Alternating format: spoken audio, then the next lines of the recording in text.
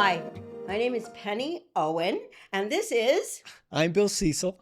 and this is our 12th episode of Successful Kids, Successful Schools. So, what we're doing in this episode is a rehash of our basic ideas in the last 11 episodes and a brief little hint about where we're going to be going with the next 12 episodes. So, my first thing to tell you is this: to have successful schools, you have to make kids feel successful in the moment. They don't care. They're not abstract thinkers yet. They don't care about being successful adults. They don't care about the IT job that awaits them or whatever job awaits them. They want to be seen as successful right in the moment. So what you want to do is make them see themselves as capable and creative people right in the moment. So saying that, a huge part of that is creating a program, a sense from day one that this year is going to be their best year ever. That this year they're going to visualize, they're going to come to school, eager to come to school, excited about the fact that this is their best year. And I'm turning it over to Bill because this is his program. Well, thank you. I can't believe we're at 12 episodes. It seems like we just started this yesterday. Isn't that wild? It does. It's amazing. It is amazing. Time flies. Time flies. So, time flies. yeah. So anyways, yeah. So we're just going to review a little bit. The main things you're trying to do at the beginning of the year is to really create an environment that is going to help them to feel successful on a daily basis and also to feel safe taking risks and making mistakes, which is to be celebrated as well because it's a part of the growing process. And so that's a big part of it. There's an analogy I like is that I try to set things up in my room where we take baby steps. I'm not trying to get them from point A to point B in one day, right? I'm talking about all year to make it the best year ever. And so that's important to realize because if somebody gave me a basketball right now and they said, okay, I want you to go dunk that. I'd be, are you kidding me? Look at me. I'm like 5'4". Yeah. That's not going to happen. So what am I? Car. Right. So what am I going to do? I'm just not going to try. I'd say, I'm not going to try. That's what's happening in our classrooms too often. We're giving them impossible. It might even be in their mind, imaginary goals that you have set for them that they feel they can't reach, so they're not even going to try. Because I know that's what I was like my first 3 or 4 years in school. I just thought, I can't even get there, so I'm done trying. So you got to get them in the idea to take baby steps, you know? And so what I'm doing the first 10, 20, 30 days is I'm building an environment, but also getting them to start to realize they are capable of doing a lot more than they think they're able to do right now. And so we celebrate those. So if you move the basket down to where I can just reach up and dunk it, I dunk it. Next day, you move it up a couple more inches, you dunk it. Pretty soon, you'd be amazed. Spud Webb, my size, pro basketball player, was known for his dunking at basketball. Yep. So definitely, I think this is a good approach to go. And so what I'm trying to do is, right off the bat, I'm trying to give my students things that they can be successful with. So on the first day, if you remember, I gave them a vision that would be exciting to work for. And I say best year ever is not perfect year ever. So I'm lowering the bar right there to say, I'm not looking for perfection. I'm just looking for growth and that you also have fun. That's a part of it because I want learning to be fun. So if you're coming in having fun learning, then that's successful on a daily basis. If you're coming in trying to pay attention and give your best, even if you fall short some days, that's still a good day because you realized you want to give more effort the next day. So that's a good day. So you want to create that kind of mindset, get it going early that you're not comparing kids. It's that no judgment zone. This isn't about grades in my classroom. I'd always tell them that. Some people think you got to get all A's or B's to be successful. Believe me, it's not about that. It's about, do you feel like you're making growth? That's success. Do you feel like you're getting better? Can other people start to recognize that you're making the effort? That's good. And then I give them a doable plan, which I haven't gotten into too much detail yet, but I'll tell you what it is right now, just to give you what's coming in the future, a preview. It's attendance, attitude, and effort. And I just tell them, if you can show up on a regular basis, if you can come in with a positive attitude, looking for things to happen, and also to believe in yourself that you can achieve, And then effort, just try. Don't try to be perfect, just try. That you're off to a good start. So I'm already giving them a doable plan that they can come in every day and walk out the door saying, were you successful today? And they're like, no, well, wait a minute. Didn't you give effort today when you were in math? I saw you answer that question. Did you do that? I mean, that's effort, right? You're making effort. Doesn't mean you're going to see instant results. People don't lose weight just by going on a diet in 2 days and they think all the weight's going to come off. It takes about 30 days to make it a habit, to stay with it long enough. And once you start seeing results, you're going to see more results.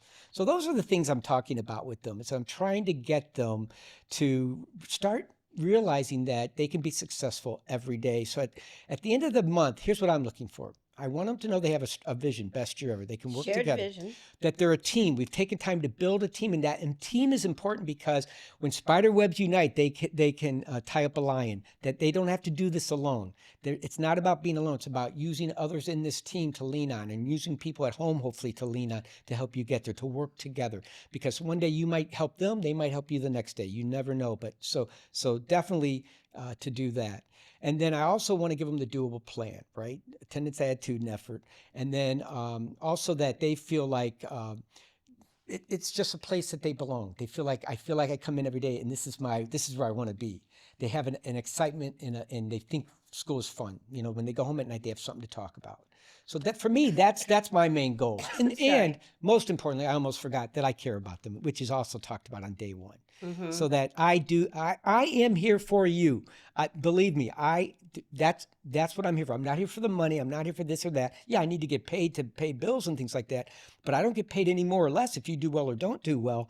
It's about me caring about you, wanting to be successful, help you be successful. Right, and you're building skills along the way. Of course. I mean, I'm still teaching the curriculum. I can't put that on hold. No, but I'm talking about skills like you're building their concentration. You're Oh, building absolutely. their listening skill, their observation I skills. want to teach you early on that it's okay to say whatever you want to say in this room. You're a unique person. I want to hear what you think. I don't want you to just copy it's not parrots. I don't want you to copy back what I tell you and you just repeat it back thinking that's going to be success. That's not success.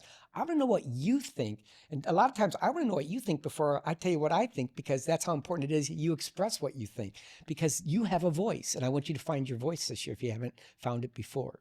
So things like that. It's just, it's a day to day, but I don't want you to think it's this one monumental jump. You have to do it. If you take it slow, but you build every day, just going push them a little bit more, you'll be amazed at where you start and where you finish. And you talked a little bit about this, but I'm gonna reiterate because I like the word authentic. Oh my gosh. I mean, you talked about it in terms of I care about you. Yes. But we also established don't tell them you care about them if you don't care about them. Do not do it. If you're not sincere, then you're setting yourself for failure. You really are, because they're going to smell it. They're going to see it. They're going to feel it within 2 days. They're going to know you're not the real deal. Right. And the high idea of taking what has now become scripted. Right. But making it your own. You can't simply, and we've used this before, but we're using it again. Right. Actors are told over and over again by audiences, I don't know how you memorized all those lines. Well, It's like, yeah, that was the beginning. That's the beginning. The real step. Work is I've got to make it my own. Make it your own. So you get those scripts. Yes. And then you go to administration and you say, either you give me acting lessons or you give me time to adjust to those scripts. Right. I'm going to talk about another thing that we talked about a little bit that I want to also emphasize. There's nothing that makes me crazier. And I said, I'm not going to be critical, but I'm not critical of the whole idea, but now everybody has smart boards. Right. So LeBron James was wonderful in Akron, it has always been, because not only did he set up the I Promise school and this thing and the that thing, and I promise everything to take, because Akron take care of me, so I'm taking care of Akron. But also in every school, he put in a smart board before most school systems had smart boards. Yeah. But the interesting thing about a smart board is you got to turn the lights off. Yeah. So these kids, and I'm not kidding, kindergarten kids, right. they use the smart board. Right. So instead of socializing kids right. anymore, they sit at their tables, they turn the lights down, and the teacher is over in the corner, and you don't even you don't really see your teacher. Right. So, we talked about this as the importance of getting away from your desk, Yes. getting engaging with Yes. your Get students. to know your students so you can learn to read your students is something else we talked about Right. in these first 12 episodes. You got to learn who they are, what they like, what motivates them, what they don't like, what, makes them get stuck. And so you can help get them unstuck. So you really got to do this, not because you're trying to get them to get a better test score or to get something that's going to benefit you. Right. You're doing it to benefit them. So you can get them more engaged. You can let them take down their guards or any past experiences that were maybe not as positive, like I struggled with at the beginning, that you can shake that off of you and realize this is a new beginning. And I'm going to push that word engage. Engage. And we talked a little bit about this a long time. I mean, this is our wrap up, so we get to like throw in all the stuff that we want to really stir the pot a little bit. We really want to emphasize this stuff, and a huge part of it is when I first had my education classes in 1965. Yay. God help me. I was only 3 years old. I know. No, watch it. Anyway, 2 years old. I'm sorry. In 1965, the very first class I had was motivation and learning. Yeah. And that's cool. And what they made very clear, and I remember the names of those two teachers, Donald Hamachek and Robert Green. And oh my God, I loved them so much. I love those teachers because they were inspirational, and they were inspiring me because I was entering a profession that I wanted, that I should respect. And it was a calling, and I was going to make my kids love learning. And that was the first thing. That was my goal, was to motivate them to love being in the classroom. That was mine too. I know. And then it became classroom management. And just the words, you see, are problematic to me. Right. We just come from a different time, because for me, management is a part of leadership, but it's not the first thing. If you notice, it's the last one on my list. But yeah, it's there just so that if the team, for example, a football team, if they're not disciplined, they're going to always get penalties. They're never going to win. Like management it's administrative. Right. Right? It is. But it is not your ultimate goal to have these obedient children. No. It's to have kids that they can free up and take risks. Right. And that walk in every day going, hi, Mr. Cecil, how are you today? Right. We're going to have a great day today. I mean, that's who you want, those kids who come to school loving it. It's a big difference in their lives and in yours as a teacher, because you're not fighting. It's not tug of war. So many teachers every day are doing a tug of war back and forth. Like, sit down, shut up. No, we want to do this. Mine, it's come in like you said. Hi, Mr. Cecil, what are we doing today? It's going to be a great day. And off we're going. Right. Because they're already buying in. They're like, let's do this, And there's procedures. They can't wait to do the quote of the day. And it isn't just between you and your kids. I mean, this is another thing. COVID really hurt us. Oh, it did. And it was, for a lot of kids, at some point they lost a year of school. But if you lost that year in one of the earlier years, you can't deny that socialization is like so missing. And so and social media means I am glued on this rather than I am making friends with somebody. Right. But when they go to school and you watch them making friends, it's the happiest moment. I mean, they're so happy. Yeah. And it's like, I'm playing with somebody that I've never played with before. Yeah. It's like, I have a friend. We can't undervalue how important that is. We call it team building. Right. But I also call it friendship making. I like it. We're making friends, and it's important. You think about it. Our classroom's a miniature world. It's society in a very small place. And we're teaching them at a very young age to be able to function well in that society. Look people in the eye. Right. Get to know them. Get excited about them. And we don't realize that kids don't know how to do that because, I mean, no offense, parents, but put your phones down. Put your phones down. I mean, I can't tell you how many times I watch parents with their children and the parent is like this and the kid is tugging on them and they're practically like pushing the kid aside. It's like, Yeah. oh, I've got this to do. No, you don't. Your focus Yeah. needs to stop being on this phone and start being on your relationship with your kid, Yeah. which we're going to get to Yeah. in a minute. It's finding balance again. Like if they, well, my work makes me, I get some of that, but it's definitely, you got to find that balance and get back where the kids feel like you're the device. You want to see them Right. and interact with them Right. and have fun, engage with them instead of just something in your hand or Right. And a screen. I'm going to focus, and we've been saying this, but I'm going to really focus on the power of play. The power of play.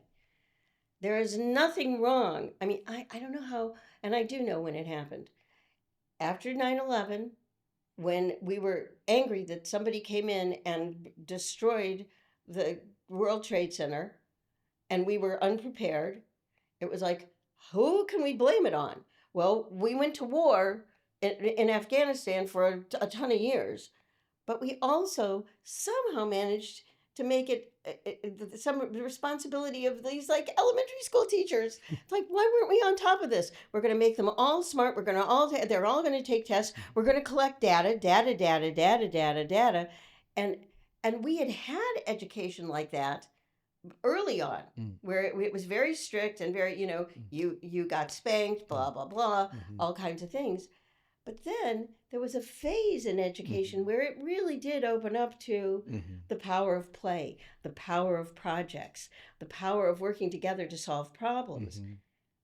And then it went back again.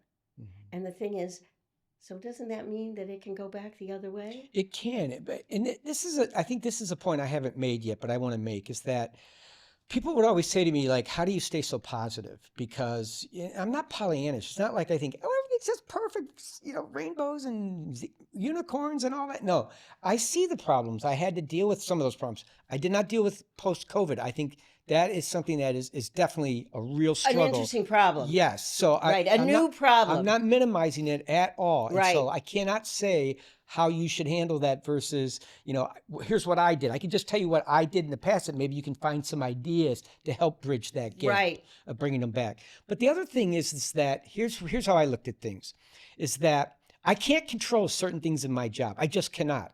Things are mandated down to me. Right. I got that. But what they cannot mandate is my spirit and the time that I make in between to do the things I still think are important. Right. So I'm not saying get rid of all these things and then you can teach again. I'm saying despite all these distractions or things that are interfering, that you can still do what you're told to do it well, because you should, that's integrity, but also find time to weave in the things that will make it fun, that will Right. keep their engagement, that will entice them to stay involved and energize them to keep coming back. And remember that play, Homo ludens, we are playing man.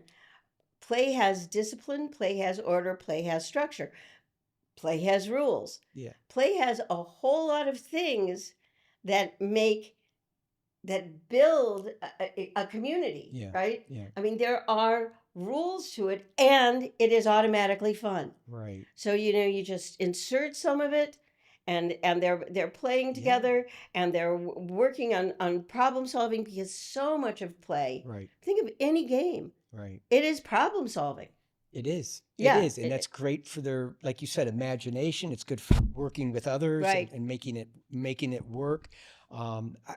It is. And I just think that, it's just that the way you choose to see the world creates the world you see. I didn't like some of the things I saw in my world, but I chose to focus on the things that I could enjoy in my classroom and make work, and just to feel like I was getting results, which I was, and to keep focusing on those. And then eventually, hopefully, enough people catch on. I mean, that's my dream, is that they'll start to rethink what we are doing with some of the things we're doing in education right now. But until then, we got to make sure kids are successful today in this environment. And I you have really spent a lot of time in this in the past episodes talking about how you were a bad student. Yeah. And I haven't talked about that because I wasn't a bad student. I was like a terrified student. Mm. That's how I would call what I would call myself. I always got good grades because I was terrified that I was going to fail. So being successful wasn't important. Interesting. Failure was like, I just couldn't face that. And I was horribly shy. Horribly. It's hard Like, to believe. I know. I know. But I'm the same way when I'm not I know. working. And we talked about this in one of the episodes Yeah. for a short time, Yeah. but I'm going to push it even more now because it wasn't even that I stuttered. Yeah. No sound would come out. Right. I would open my mouth like stutters have that. I didn't even have that. I would look out Oh. if I had to stand in front of the class and I would be frozen, a deer in the headlights. I'm like, and nothing Right. would come out until I had my teacher who said, pretend you're somebody else. Just pretend you're somebody else. I'm like, oh my God. I love that. It's magic, So again, and that's what you're doing with Hero's Journey. Think about that. Hero's Journey and A World of Their Own. Yeah, A World of Their Own. Everything is Be somebody create else for the a while. character that you want to be. To find yourself. And, right. And honestly, it gave me my voice. That's cool. I mean, I went all the way through high school. Yeah. Creating characters. Like when I gave a presentation, I was always a character. Yep. And they always thought, oh, isn't she inventive? I'm like, no, I'm saving my ass. Because if I was me, no sound would come out. It's interesting. The kids I worried about most, believe it or not, weren't the kids that struggled because I could connect with them immediately. Yeah. It was the kids that were the brightest, that they would say, that had all A students, whatever you called it. Yeah. And the reason why I worried about them was because they seemed like they were in a little bubble that they were afraid to come out of because they didn't want to pop the illusion that they're perfect, that everybody tells them how great they are. So if I try something that doesn't work, then I won't be perfect anymore. So I'm not going to try anything. So my world's getting smaller. Right. And that fear of that's the fear of failure. It is. And that's why you want everybody it's not just the kids that struggle, it's everyone to understand that it's okay to try things that don't work because it's a stepping stone to success. It's so okay to fail. Right. It's so okay. Yeah. And that needs to be one of the first things, but it isn't. I mean, for whatever reason, it's like, I remember, and for me, I didn't have to get hundreds, right? I had to get A's because I felt that if I went back home, that it was shaming, right? Yeah. So, but That's being sad. in It's front pressure of being in front of people and being myself was just mortifying to me. Yeah. And then creating these That's characters. what I mean. It's so that it's pressure. interesting what secretly is motivating what both of us, our secret programs were like, different spectrums. Use your imagination. It worked for me. It'll work for you. Okay, so I don't know how much more time we have, but we are going to talk about what we're looking forward to doing in the next 12 episodes. Yeah. So you go for it. Basically, I would like to get into more detail about how to create that shared vision. I'd like to get in a bit more detail about setting the table for success. Right. How to build procedures that actually do work in your classroom and save time. It's easy to say, do it, how? So I would like to give some more hows. Also, for me, talk a little bit about what classroom management my mind looks like, because it was an important part. Right. And also just the point of team building. Being a team is the most important thing, because in life, like I said about Michael Jordan and all these other amazing people, you can't do it alone. The big thing you're bringing to us is parents' involvement. Oh, yeah. And that's something new I'm going to talk about, which I did write another book for parents. Right. Yeah. I'm trying to get there. to team up with teachers to make it their kids' best year ever. Right. To bridge the gap between home and school. Right. And so I will talk much more about parents. So one of the things Bill's going to do is really talk about how parents can be engaged in the program. One of the things I'm going to do is talk about how you use this imaginary world to apply the curriculum in terms of their social studies, their English, and their math. And at the same time, for both of us, what we want to do is make this, for kids, a year of believing in yourself, a year of solving problems as a team, and bringing the whole community along with us. So saying that, we are done for our first 12 episodes, and we'll see you next week for the next 12. Thank you. Bye.